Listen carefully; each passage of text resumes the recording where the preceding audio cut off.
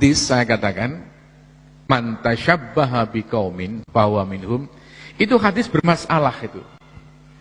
Sebagian ulama mengatakan itu hadis sahih, sebagian yang lain mengatakan itu hadis tidak sahih. Kalaupun itu sahih, maka yang dimaksud adalah menyerupai orang-orang kafir dalam pakaian dan perbuatannya yang khusus itu. Tapi ada hadis yang sahih sebenarnya itu yang tidak pernah disampaikan oleh sementara orang. Apa itu? Hadis yang diriwayatkan oleh Imam Al-Bukhari dalam kitab Sahih Bukhari, bersumber dari sahabat Abdullah bin Abbas radhiyallahu anhuma. Beliau mengatakan kana Rasulullah sallallahu alaihi wasallam yuhibbu muwafaqata ahlil kitab fima lam yu'mar bihi. Rasulullah itu menyukai untuk menyamai orang-orang Yahudi dan Nasrani selama tidak ada perintah untuk menjauhi, atau dengan kata lain selama tidak ada larangan. Dicontohkan oleh sahabat Ibnu Abbas, Rasulullah itu semula pada awalnya kalau menyisir rambut itu memakai jambul di depan, dan itu adalah tradisi orang-orang musyrikin. Tapi kemudian Rasulullah mengubah cara menyisir rambut dengan dibelah ke kanan ke kiri, dan itu adalah tradisi orang-orang Yahudi dan Nasrani, dan Rasulullah menyukai yang kedua itu. Makanya Ibnu Abbas mengatakan Rasulullah suka untuk menyamai orang-orang Yahudi dan Nasrani selama tidak ada larangan. Selama tidak ada larangan. Jadi Islam itu sangat lentur sekali sebenarnya itu. Yang bikin sumpek dan kaku itu sebagian orang Islam sebenarnya itu. Ada unsur yang namanya tasyaddud, mempersulit diri gitu ya. Lentur sekali itu. Ya. Makanya saya di berbagai daerah itu kan.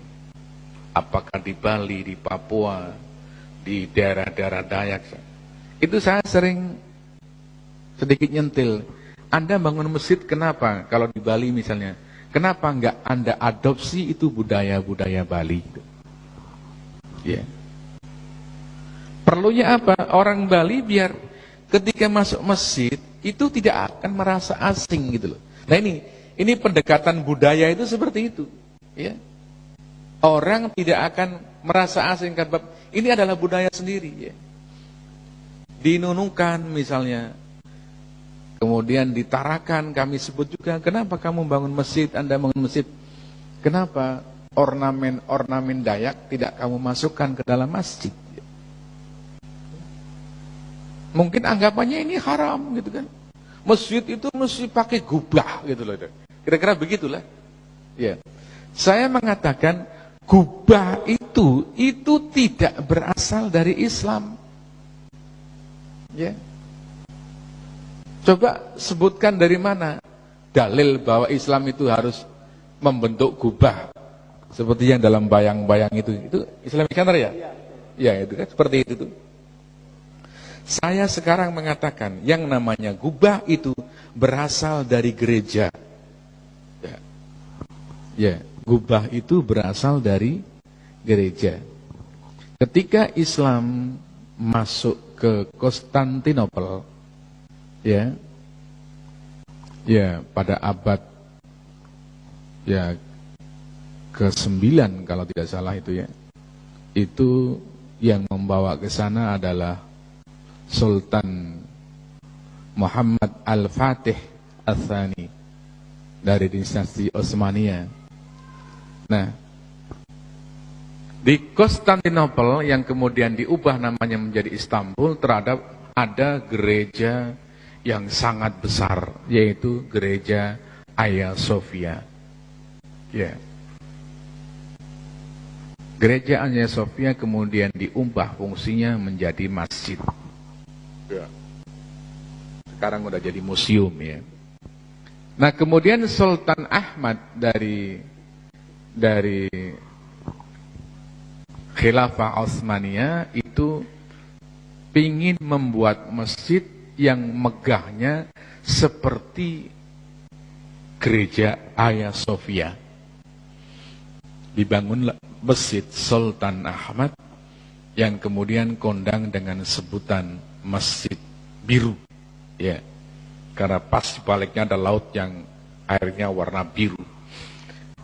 Nah, itu kemegahan itulah, ya, karena dari gereja kemudian ditiru bikin masjid, sementara Khilafah Utsmaniyah itu menguasai negara-negara Arab, akhirnya bentuk-bentuk, ya, gubah itu yang mengambil dari gereja Romawi Timur, ya, itu kemudian menyebar ke negara-negara Arab, ya, ke Mesir dan sebagainya. Dari situlah kemudian menyebar ke Indonesia, termasuk sampai ke Istiqlal, sampai ke Priuk, itu penyebaran dari wilayah-wilayah kekuasaan Utsmaniyah. Jadi kalau dilacak aslinya gubah itu dari mana? Itu dari gereja, gitu kan. Nah, tapi nggak ada orang mengatakan gubah ini haram gitu ya. Itu anehnya itu. Karena apa? Karena sudah terpatri bahwa gubah ini dianggapnya Islam gitu loh. Itu. Makanya nggak ada orang pernah mengatakan haram itu. Ya. Seperti misalnya saya pernah di suatu masjid, dengan tenang aja pengurus masjid memutar kaset nyanyian Umi Kulsum, gitu kan. Katanya itu mendapat pahala gitu loh itu. Karena lagunya pakai bahasa Arab gitu loh ya. Ya, diaminin. Ya. Tapi kalau lagu lodruk begitu ya, orang Jawa Timur itu ada perasaan berdosa. Karena apa? Karena terlanjur salah persepsi ya. Jadi seolah-olah apa yang dari Arab itu mesti Islam, padahal itu kan budaya. Kalau sama-sama budaya, apa bedanya budaya Arab dengan budaya Jawa gitu kan?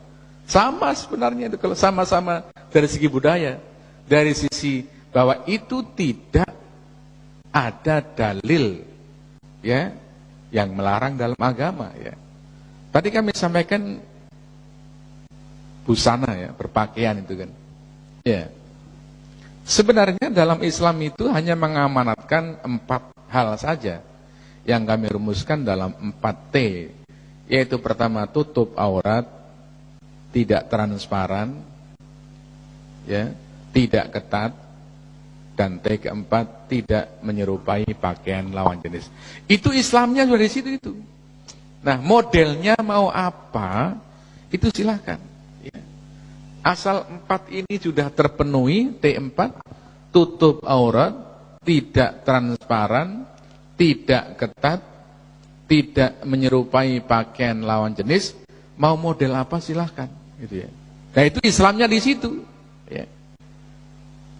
Nah, sekarang kita perlu membedakan, bagaimana membedakan mana yang datang dari Nabi Muhammad yang berupa ajaran agama yang harus kita ikuti, dan mana yang berupa budaya yang kita boleh ikut dan boleh juga tidak ikut. Ya. Ada tanda-tanda begini, hal-hal yang bersifat budaya atau sosial budaya itu selain Rasulullah itu juga mengerjakan, gitu loh, kira-kira begitu. Ya. Beda dengan yang berupa ajaran agama, itu orang-orang non-muslim tidak mengerjakan. Makan itu budaya, ya. Makan itu budaya. Nah,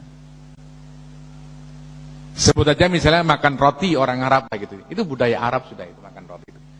Nah, unsur agamanya di mana? Memulainya dengan membaca basmalah. Itu unsur agamanya itu. Memakannya dengan tangan kiri, dengan tangan kanan gitu ya. Kemudian ditutup dengan membaca hamdalah ya. kemudian tidak israf, tidak berlebih-lebihan. Nah, itu unsur agamanya di situ. Bahwa makan itu bukan hanya orang Islam, ya kita melihat sekarang bahwa semua manusia itu ya melakukan apa yang namanya makan. Maka kita perlu bedakan ya tidak israfnya adalah faktor agama. Memulai dengan basmalah itu adalah faktor agama. Makan dengan tangan kanan itu faktor agama. Tambah lagi mungkin makan yang tidak membahayakan juga faktor agama. Itulah yang harus kita ikuti. Adapun bentuknya mau roti, mau gaplek itu terserah pada budaya masing-masing ya. Ya, budaya orang kaya mungkin pakai makanan-makanan yang lebih tinggi nilainya. Budaya orang miskin pakai gaplek dan sebagainya itu. Ya. Makanya ya, kalau tadi kami katakan apa yang datang dari Rasulullah yang merupakan sosial budaya, kita boleh mengikuti dan boleh tidak mengikuti. Ya. Tapi apa yang berasal dari Rasulullah dan itu merupakan ajaran agama, kita wajib mengikuti. Ya. Di sisi lain, budaya-budaya yang sifatnya lokal dapat diadopsi oleh Islam, ya, dan tidak harus kita tolak dengan alasan bahwa itu bukan dari Islam, ya. Ya. Sebab kadang-kadang menjadi keliru Islam itu kemudian diartikan Arab gitu loh ya. Apa yang dari Arab itu dianggap sebagai Islam ya, gitu ya. Maka rebana harus kita ambil. Nah, tapi gending kita tolak. Nah, itu yang kami tidak pas seperti itu ya. Ya.